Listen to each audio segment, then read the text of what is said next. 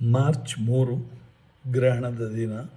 ಈಗ ಮಹಾಲಕ್ಷ್ಮಿ ಅಷ್ಟಕಂ ಹೇಳ್ತಾ ಇದ್ದೀನಿ. ಶ್ರೀ ಮಹಾಲಕ್ಷ್ಮಿ ಅಷ್ಟಕಂ. ನಮಸ್ತೆಸ್ತು ಮಹಾಮಾಯೆ ಶ್ರೀಪೀಠೆ ಸುರಪೂಜಿತೆ ಶಂಖಚಕ್ರ ಗದಾಹಸ್ತೆ ಮಹಾಲಕ್ಷ್ಮಿ ನಮೋಸ್ತುತೆ. ನಮಸ್ತೆ ಗರುಡಾರೂಢೆ ಕೋಲಾಸುರಭಯಂಕರೆ ಸರ್ವಪಾಪಹರೆ ದೇವಿ ಮಹಾಲಕ್ಷ್ಮೀ ನಮೋಸ್ತುತೆ. ಸರ್ವಜ್ಞೆ ಸರ್ವವರದೆ ಸರ್ವದುಷ್ಟಭಯಂಕರಿ ಸರ್ವದುಃಖಹರೆ ದೇವಿ ಮಹಾಲಕ್ಷ್ಮೀ ನಮೋಸ್ತುತೆ. ಸಿದ್ಧಿಬುದ್ಧಿ ಪ್ರದೇ ದೇವಿ ಭಕ್ತಿಮುಕ್ತಿ ಪ್ರದಾಯಿನಿ ಮಂತ್ರಮೂರ್ತೆ ಸದಾ ದೇವಿ ಮಹಾಲಕ್ಷ್ಮೀ ನಮೋಸ್ತುತೆ. ಆದ್ಯಂತರರಹಿತೆ ದೇವಿ ಆದ್ಯಶಕ್ತಿ ಮಹೇಶ್ವರಿ ಯೋಗಜ್ಞೆ ಯೋಗಸಂಭೂತೆ ಮಹಾಲಕ್ಷ್ಮೀ ನಮೋಸ್ತುತೆ.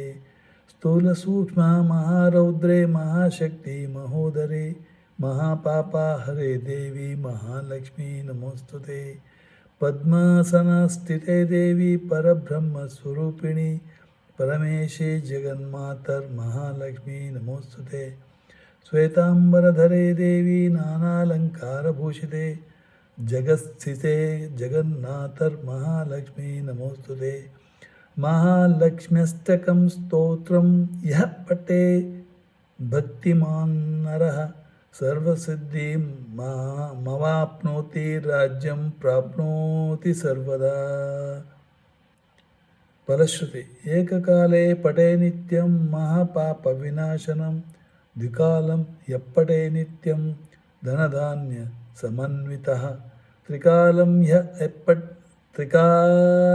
ಯಃ ಪಠೇ ನಿತ್ಯಂ ಮಹಾಶತ್ರು ವಿನಾಶನಂ ಮಹಾಲಕ್ಷ್ಮೀರ್ಭವೇ ನಿತ್ಯಂ ಪ್ರಸನ್ನ ವರದ ಶುಭ ಇತಿ. ಶ್ರೀ ಮಹಾಲಕ್ಷ್ಮಿ ಅಷ್ಟಕಂ ಸಂಪೂರ್ಣಂ. ಈ ಸ್ತೋತ್ರವನ್ನು ಪ್ರತಿದಿನ ಪಠಿಸುವುದರಿಂದ ಐಶ್ವರ್ಯ ಸುಖ ಮತ್ತು ಶಾಂತಿ ಲಭಿಸ್ತದೆ. ಆಯಿತಾ? Thank you very much.